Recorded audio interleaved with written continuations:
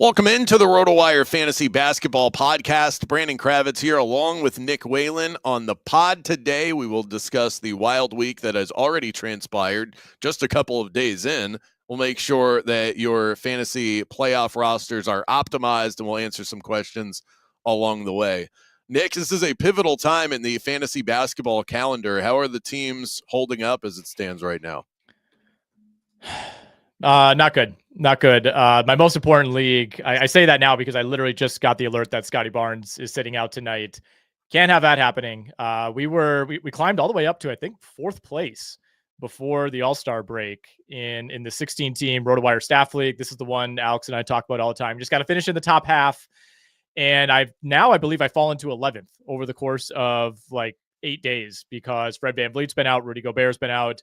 Giannis obviously missed time, and now Scotty Barnes. So I am in grave peril in that league. We will see. Zach LaVine's doing his best, at least to keep me afloat. But we got about a month in that league to make a sprint. And why I'm like really panicking about this is at RotoWire we do these stake leagues, we call them, because of the steak dinner bet involved. Bottom half of the league buys a very expensive steak dinner for the top half. The football edition of this league just had its steak dinner last night, and the final bill was $460 per person. So that is not what I needed to hear right now. That is tough, man. Yeah. People are going all out. I need to see some of the plates, the drinks. Well, it's not necessarily the plates that are doing the damage. I think it's the glasses that are more so the issue in my experience. Yeah, and you don't hold back if you're drinking wine. You're ordering the fancy from the fancy bottle that's from like the 1700s, or I don't know how wine works, but I think that's the thing is like there's a calculation that you have to make. So usually there are 8 eaters and 8 buyers. The eaters are going all out, of course, and they're gonna order whatever they want. They're gonna get the the lobster. They're gonna do the shrimp cocktail appetizers. They're getting the expensive cocktails. The problem is if you're a buyer, it's like, do you lean into that? Because you're kind of splitting this among 7 other people anyway. So I've tried both strategies, where I've tried to minimize the impact of the bill. Didn't really matter. And then I've done other times where I'm like, whatever, I'm just going to order what I want. I'm going to pretend that I'm not paying for this. And because you're splitting it so many ways, it doesn't really matter that much anyway. So that's the play then. Yeah, right. I mean, just try to enjoy it. Try to enjoy it. Don't wallow the entire time would be my suggestion if you're in a league like that. Well, I scratched and clawed my way to the playoffs in my big money league, and then got the news last week that has already been discussed in every which way on this podcast platform.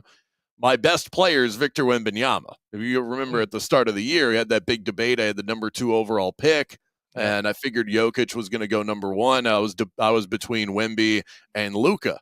And I went the way of Victor Wembanyama, and he's been carrying my squad all the way through. Replacing someone like that is impossible. And so if I get by, I mean, it's really going to take heart and hustle in order to get by to round 2 at this point. Yeah, I lost Wembanyama in my home league with my college friends as well. So that's one where, you just kind of, you pick up the pieces, you still set your lineup every week, but he was my whole team in a lot of ways. It's tough, when you lose somebody like that, especially before the playoffs. In your case, there's nobody you can go grab to replicate what you get from Victor Wembanyama. I'm sitting here complaining about Gobert and VanVleet. It's like you can, if you play the waivers right, if you stream guys the right way, it's like you can at least kind of make up for some of that. You're just, the blocks, especially obviously if you're in a category league, hopefully you build a big enough lead, but that's just something you're not going to be able to come close to replicating. And the issue is you're not able to pick up players on the daily. You're only able to make waiver claims at the end of the week. And so I think I'd be able to kind of mix and match enough production, but that's just not an opportunity afforded to me. So let's talk about this Luka Dallas showdown for a moment. 19 points, 15 rebounds, 12 assists, 12 very angry and vengeful assists. Luka looked like a man on a mission. He was even locking down on defense, clearly trying to prove a point to Nico Harrison and company. I think that's the thing that impressed me the most about Luka and the Lakers in general. Their defense has been lights out lately, but of course he's going to grab the headlines, and he was awesome last night. In terms of fantasy points scored, he was number 1 in the NBA last night. Yeah, he was really good. I don't think this was like a dominant Luka Doncic performance. Like the first quarter, the way he came out, I think he had 9, 7, and 4 in the first quarter. Initially he had 10, and then they corrected one of his 3-pointers and turned it to a 2. And I had played the under on 49.5 points plus rebounds plus assists on Luka Doncic, and I was like, oh boy, this is not going to go well. He might have 65. And kind of slowed down after that. Really it was the rebounding that made that one close. He did end up barely going under. And the Lakers were hitting shots for most of the night, but That's amazing that he went under on that, by the way. Usually a guy gets a triple double, you're screwed. Dude. I needed this too. I had a bad night on Monday, and the Lord was smiling upon his favored son last night. Everything was coming through. I had Kyrie over 2.5 threes, and like a minute into the game, he hit 2 in a row on back-to-back possessions. We were just cruising there. I had over 40.5 PRA for LeBron, which he was just not really doing anything throughout the entire game. And then, of course, in the fourth quarter, he puts up like 25 points, rebounds, assists. So we know how these go. Every time you think you're like, I'm done gambling, I'm not doing this anymore, then you have a night like that, and I'm sure it'll all come crashing down tonight. You do seem you seem like you have a little extra pep in your step. I can kind of feel it. I needed it, man. We got to give out best bets on prop points on VSiN, and feels like you at least are maintaining a little bit of credibility when you hit those. But nonetheless, a really good win for the Lakers, certainly. At the same time, the Mavericks were, without all of their big men, essentially. PJ Washington played. He went 0 for 9 from the field. So I kind of thought this would be a weird game. Alex was talking about it yesterday on our show, and he was like, yeah, it could be more of a playoff atmosphere. He really liked the under. That was a great call by him. So it goes down as a win for the Lakers. I think they've won, 12 of their last 15. But still kind of a strange game. Like I still don't really feel like this team is like fully clicked. I think it felt like more of a blowout than it was. Midway through the fourth quarter, all of a sudden Dallas had tied the game up. For sure. I live bet Dallas. The number was 8.5 when the game tipped off, and I kind of wanted to be on Dallas, but I was spooked by the whole Luka thing. I knew taking Luka overs was going to be, that's for the casuals. That's not what we do. Yes. We take Luka unders, baby. Exactly. Take Luka unders on his revenge game tour like a real man. So I waited, and I think part of it too is I was getting over the sting of being present for a 40-point loss from the Orlando Magic. I just had to put something out there to make myself feel better. I wound up betting the Mavs live at plus 8.5, so it was the same number a couple minutes into the fourth quarter as it was at the start of the basketball game, and then they get close, tie the game up. Klay Thompson can't miss, and LeBron James just went absolutely berserk at the end of this basketball game, and I almost lost the cover, even though we were back and forth there for a minute. LeBron in the fourth quarter, 16 points scored, grabbed 5 rebounds, and dished out 2 assists with 0 turnovers. This guy is 40 years old. This makes absolutely no sense, Nick. And honestly, it could have been a bigger quarter. He had a couple turnovers, that both teams for a while. And this is a big part of the reason the game ended up cruising under is like a lot of fast break opportunities ended with like kickballs out of bounds, or guys are getting stripped. LeBron lost one where he went up and just kind of threw the ball accidentally and ended up elbowing Dante Exum in the face. So it was kind of a sloppy second half, I thought, for both teams. But, to me, it's not a surprise that LeBron was able to do that in the fourth quarter because having watched so much Lakers basketball this season and the last couple of years, like it's rare to see LeBron on the bench for as long of stretches as he is in these games with Luka, because you can always have one of the two on the court. Obviously, you play them together at the beginning of the game and in key moments, but LeBron was fresh in the fourth quarter. Usually in a game like this, he has to be out there for 42 minutes because if he's not on the court, then the Lakers, are hemorrhaging points and they can't create shots. But the ability of Luka to give LeBron a 6-minute breather in the middle of the second half, I think is huge. I don't think it's a coincidence that LeBron had those legs late in the fourth quarter. I'm with you though. I still question this team's ability to make it far in the playoffs. I think there are too many teams that can stack up with the LA Lakers, and when they go up against teams that have real bigs, they are screwed. They just don't have an answer for that. They're able to get by against the Dallas team. All of their big men are injured. And PJ Washington, he had blocks, but he didn't really play a great game. If they had Anthony Davis, they have Daniel Gafford, I think the game looks different. And there's more stiff competition in the Western Conference. I'm just not a buyer. I think 7-1 for them to make it out of the West is a ridiculous bet. I don't know who could make that. I think it depends on how you view the Thunder. Like, do you view the Thunder like you viewed the Celtics in the East last year, where it was going to take a Herculean effort to beat this team? If you don't, I mean, I think it's reasonable. I think the Lakers are right there with Denver. I think I would still take Denver over a 7-game series. I know we're fresh off of the Lakers, beating them by 23 or whatever it was on Saturday. And I think that's the blueprint, obviously, for how you defend Jokic. But to be able to replicate that 4 times in a week and a half in a playoff series, like that's really what worries me. It's like, I think Denver would have loved to play LA again 2 nights later and be like, all right, we have some fixes for this. The center thing it's going to be an issue at some point. I think you're asking a lot of LeBron defensively, Dorian Finney-Smith, Rui Hachimura. Again, they had an amazing scheme against Denver on Saturday, but Denver has not had its chance to counter that quite yet. So I think the Lakers are firmly in the mix. I think any team with LeBron and Luka and Austin Reeves playing at the level that he is, I think they have to be taken seriously. Like, would you take the Rockets or the Grizzlies over them in a playoff series? I don't know that I would. So I think the Lakers have a good chance to at least make the Western Conference Finals. And really for them and for a lot of teams in the West, I think it's going to be very, very matchup based in the first round and the second round. I think there are some good and bad matchups out there for all these teams. And some of it might just be luck of the draw as far as where all these teams that are so stacked up right now end up settling 1 through 8. I would probably take the Grizzlies in that series.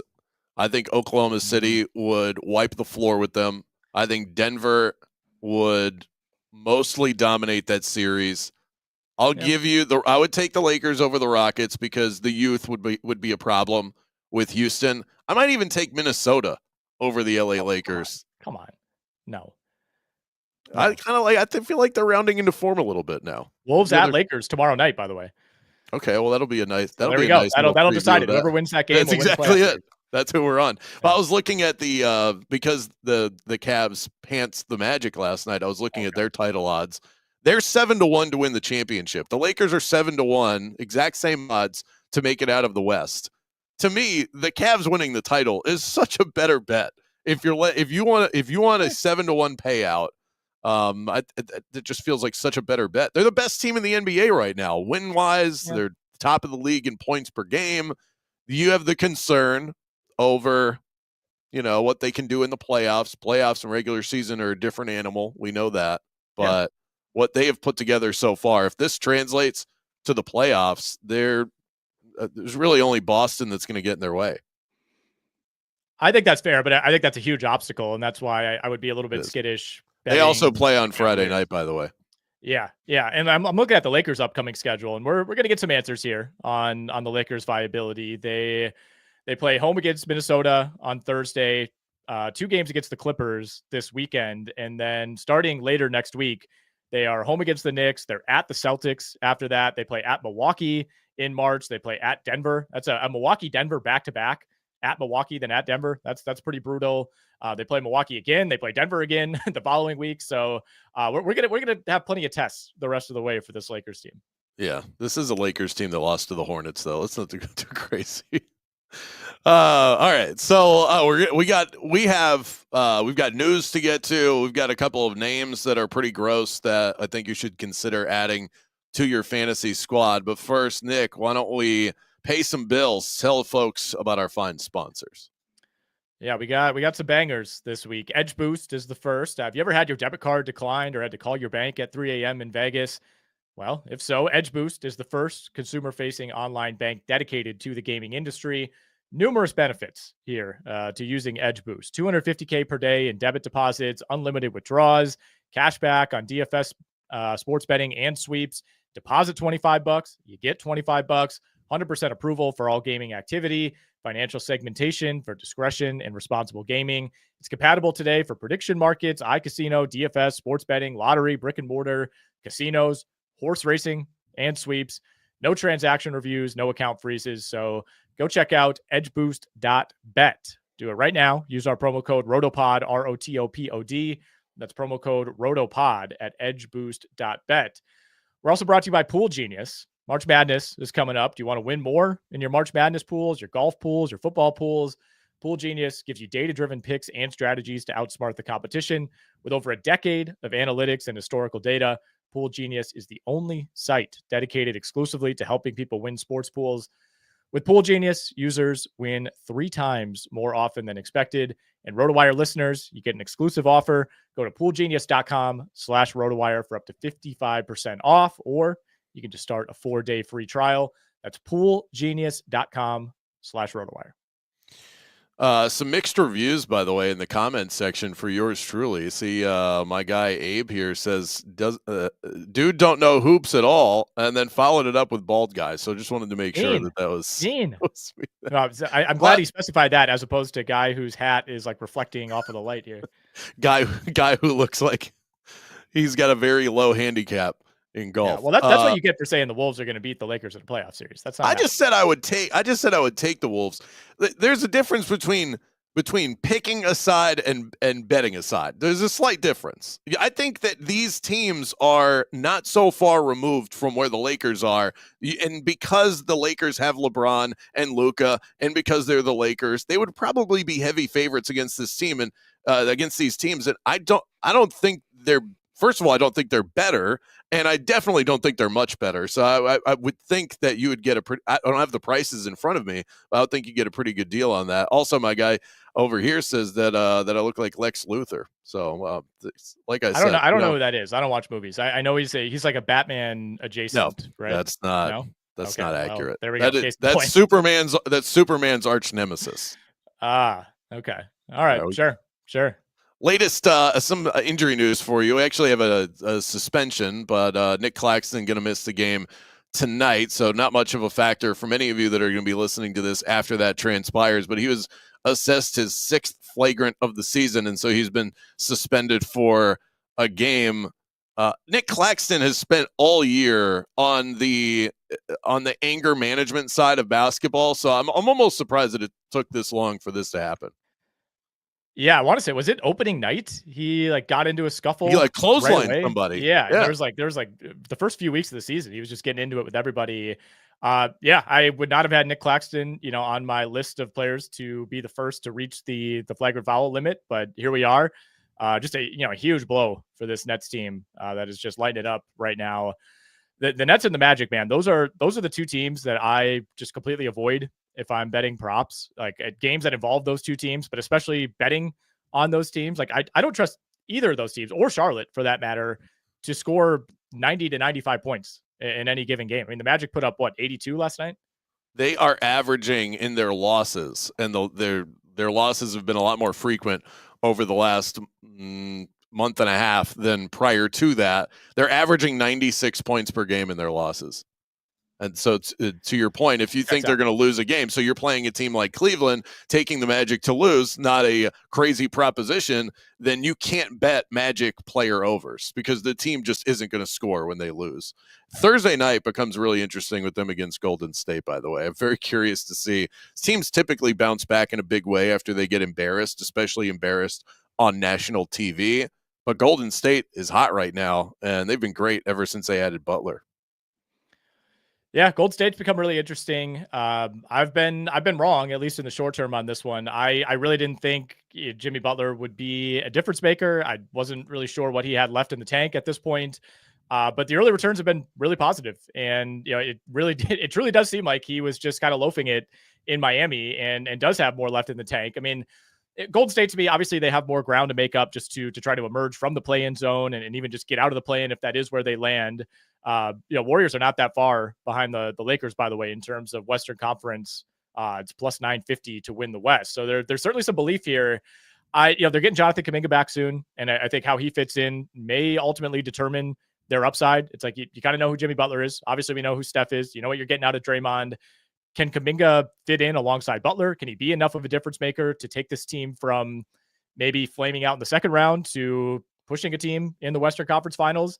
I think the Lakers are still on a slightly higher tier. I get your concerns. They are valid. The lack of a center is a huge deal, but there's something overwhelming about just having Luka Doncic and LeBron playing at this level on the same team. And, Golden State right now, they're making their bones defensively more than anything. And whether that could continue, the rest, the rest of the regular season, I don't know. I think it can. I think they've been really well schemed. And, the silver lining to their very strange first half of the year is a lot of these guys who maybe won't even be part of the playoff rotation have been seeing big minutes. Podziemski's been like in and out of the rotation multiple times. He's now playing better. Moses Moody's been giving them good minutes. The Quentin Posts of the world, like they're a team that like you look at their roster and you're like, I don't really love a lot of these names, but a lot of these guys seem to be playing well within their system. So they become sneakily deep over the course of the year. That's the magic of Steve Kerr. He's an incredible coach. He always gets the most out of his guys. And yeah, I do want to spend the rest of the podcast making a case for why the Minnesota Timberwolves can beat the LA Lakers in a 7-game series. Rudy Gobert being probably the biggest reason why. But I'll hold off on my defensiveness on that. We'll have to wait and see. When is that game's on Thursday night, right? Lakers Wolves. Yeah, Thursday night. Okay. Well, we'll have our answer then. I mean, that's definitive. Nikola Jovic of the Heat is going to miss 4 weeks with a broken bone in his right hand. He's averaging 10.7 points, 3.9 rebounds per game this season. He has been pretty consistent over the course of the year, but you're not going to get him back until right before the season ends. So it feels like you need to make contingency plans there if you have Nikola Jovic. Yeah, I mean, I think you're just dropping Jovic, obviously, at this point. And I'm curious to see if anybody in Miami steps up. I mean, Jovic is ultimately a bit player, but he's been seeing 27 to 30 minutes on a lot of nights. So those now become available. I would love for Terry Rozier to be that guy. I don't know if that's going to happen. Certainly doesn't feel like it. But I think you give a boost to someone like Jaime Jaquez, who becomes a little bit more appealing in deeper leagues. But again, it's more about eliminating minutes from that rotation than it is the numbers that Jovic was putting up, but still a hit if you had him in a deeper league. I want to ask you about another injury situation in Jalen Suggs, who they're taking this game to game, but it feels a lot more serious than that. And there's a comment from Jamal Mosley today where he's like, "Yeah, I don't think he's going to miss the rest of the year. I don't really know." Just putting that thought out there was a little bit scary. I am getting the impression that this is, hold on one second. Excuse me. I'm getting the impression that this is much more player driven than it is team driven, which is what would lead you to Jamal Mosley saying that. Because if you're putting the power in the players' hands, which ultimately all of these teams do, if guys don't feel like they are 100% right, a lot of them will leave themselves out of the equation. And I'm getting the sense that that's what's happening here. He has a thigh contusion. It's a contusion is a bruise. He hasn't even started taking contact drills yet. So this would have to be the most serious bruise in the history of bruises. And I'm just starting to question not the legitimacy of it. I mean, you can be cynical and say NBA players are soft, yada, yada. If you want to do all that, that's fine. Athletes at that level know their bodies better than anybody else, even better than the top trainers that are there. But I think that's why you're getting that sort of verbiage. I think it's coming more from the player and Jamal Mosley not wanting to expose his guy.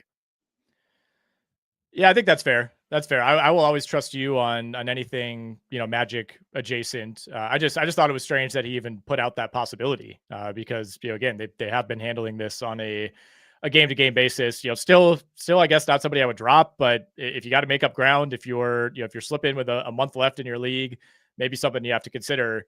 Any kind of nitty-gritty waiver wire options emerging to you guys you might want to add next week? If you're in a daily league, somebody you might want to pick up now, anyone who's kind of emerged since the break? Well, and I'll springboard into that with another Magic nugget. Cole Anthony hyperextended his knee in last night's game in the third quarter. It looked like it could have been more serious than it was. He had to be helped off the court and then made his way to the locker room, and he looked distraught. He kind of had that look on his face that guys have when they tear ACLs. It did not come back with that, but I would be surprised if he played within the next couple of games, just given the way they've been handling these injuries, always erring on the side of caution. So that leads me to say, if Anthony Black is out there, I think he's about to get a lot of run. So that's definitely somebody that I would look at. How about someone like Bismack Biyombo? We talk about the big drop-off from Wemby. There's nobody that can replace him, but he snatched 12 boards last night. So those would be two guys that I would start with as far as stat producers here in the near future. Yeah, I've thought about it. I'm not proud to say it. I've thought about Biyombo. Back-to-back double-doubles for him. The thing that worries me is he is on, I believe now, his second 10-day contract.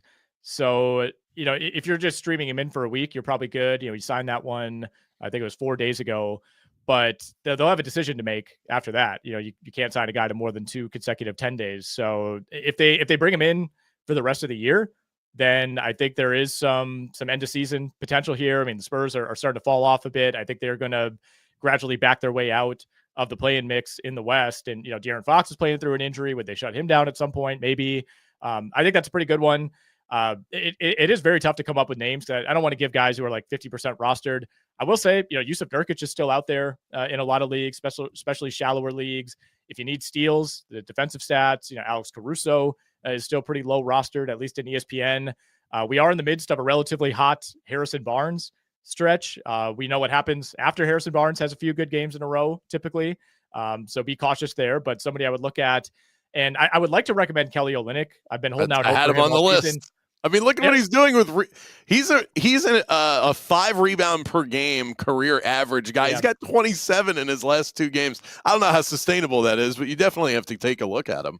Yeah, I mean, what worries me is that they're resting him tonight, just kind of out of nowhere. I know it's second night of back-to-back, but still, maybe there could be more of that coming. But there was a comment from the Raptors earlier this week that they want to unleash Kelly Olynyk, whatever that means. But somebody to monitor at least if we're talking guys who are out there.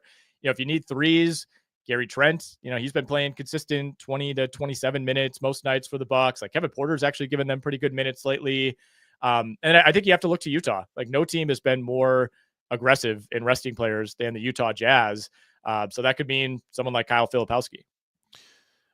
This may be wild because when you talk about inconsistent, this guy could slingshot to the top of the list. But Bol Bol has played 30-plus minutes in 5 of his last 8 games.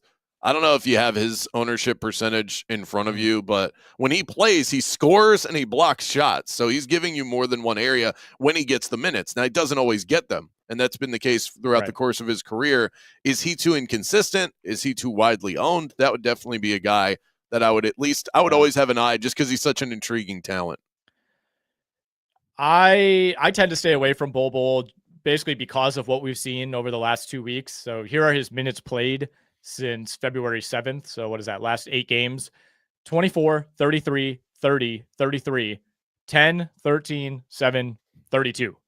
You just never know. You never know night to night. Certainly an intriguing talent, but we've been through this with him for multiple teams, multiple coaches over the years. And we always see these stretches. And then there's a reason, I guess, that he doesn't stick in the rotation. And Phoenix is going to play this thing out, right? I mean, the trade deadline is passed. And unless they really fall into a rut over the next couple of weeks, which they're already in a rut, but if they lose 7 of their next 8 and all of a sudden they're out of the play-in mix, then maybe it becomes the Bol Bol tour at the end of the year. But for me, he's a little bit too inconsistent. And speaking of Phoenix, by the way, I thought it was interesting. I read some today that Brian Windhorst basically said Durant is being traded this offseason. Like that is essentially a foregone conclusion. So if you watch the Suns for the last month, it's felt like a dead team, and certainly doesn't feel like that's going to change. Really tough schedule for them coming up too. Let's do what we do every single Tuesday, Wednesday. Well, we're moving around now. This is a flex podcast, but either way, we bounce. Wrapping our show with your questions in the comment section. I'll tie a bow with our guy Abe here. He says it's all love. So we appreciate that. It all came full circle here, but said that the Cavs damn sure aren't winning a title this year. It doesn't until it happens. It's hard to see it coming, like the Eagles winning the Super Bowl. Yeah. I don't know. I'm with Abe. Very good team. Very, very good team. This is not a redux of like the 2016 Hawks by any means. Like I think Cleveland for sure has a chance. I would take them over Milwaukee. I think you have to take them over the Knicks right now in a playoff series. But I think we're underestimating Boston a little bit just because they haven't had that level of regular season. All right. JJ Styles wants to know, would you rather roster Shadon Sharpe or Scoot Henderson in a 9-cat league, choosing between a couple of those Portland Trailblazers? God, I wish Shadon Sharpe was just the obvious answer because I remain very, very intrigued by him. And, the scoring has been pretty consistent for Sharpe. Minutes have kind of been up and down on a nightly basis. Last few games, he's actually played fewer minutes, 21, 21, and 18. So I would keep an eye on that. I mean, Sharpe over the last 15 games has given you 15 points, 3 rebounds, 2 assists, 2.1 threes. And, when we're talking about Scoot, like the percentages matter here.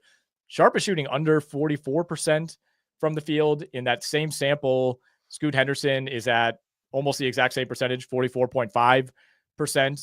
He's actually been better at the free throw line this year as well.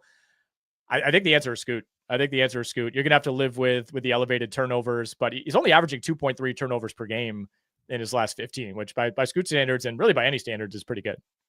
Yeah, he seems to be the better, more well-rounded player. Daniel says good moves or no. Now, of course, important to layer in the context. I just wanted the follow-up question first. Drop Nick Smith for Risacher. And Risacher for Kyshawn George and Chris Dunn, trying to get my field goal percentage and defensive stats up. Chris Dunn was one of those names that I had written down as well, as far as those random sort of pickups. So that, to me, off my gut reaction, I would say that looks like a good move. What do you say? Yeah, I don't think you're going to improve your field goal percentage all that much. Nick Smith has been like a 39% shooter. Kyshawn George is shooting like 36% on the year. So I don't see this being like a massive improvement there, but you should be able to improve your defensive stats with Chris Dunn alone. Risacher is the guy I'm still intrigued by. I mean, he had put together like 6 really good games in a row. And then the other night against Miami, he goes 1 of 8 from the field and gave you like nothing else, which you just have to live with a raw rookie in his first year. But overall, I'm okay with this. I think Dunn is the guy that's going to end up helping you out the most here. The rest of those guys are kind of going to rotate good games, bad games every single night. I am intrigued by Kyshawn George, though, the rest of the year. I hope, just to simplify things for everybody, that the Wizards just bench Middleton and Smart at some point. I was all excited to fire up Corey Kispert in some leagues this past week. And, all of a sudden you're like, oh yeah, I kind of forgot that Marcus Smart and Chris Middleton are apparently going to play for this terrible team. But overall, I think you're fine here. I mean, I wouldn't expect like a massive leap up the standings, but I don't think you did anything wrong. I thought there was a 0% chance that we were going to see those guys play with Washington. That surprises me. Abe, back on the comment section. What are your thoughts on Nickeil Alexander-Walker? Well, we've had extensive conversations about the T-Wolves now, but he's hot. 21 and 18 in his last 2. He's got double figures in his last 4 games. He gives you rebounds and assists. So definitely, if you like Minnesota, he's part of the reason why it feels like this team may be turning it around. Yeah, he's been really good. You get some defensive stats with him as well. The big question here, of course, is when is DiVincenzo back? And DiVincenzo practiced today. The Wolves play Thursday, Friday, back-to-back. Wouldn't expect him to play in those games. And they're off Saturday at Phoenix on Sunday. They come back home this coming Tuesday against the 76ers. I would circle that as a potential return game for DiVincenzo. At that point, maybe there's still another week where DiVincenzo is ramping up and they still go to Alexander-Walker. I could see that.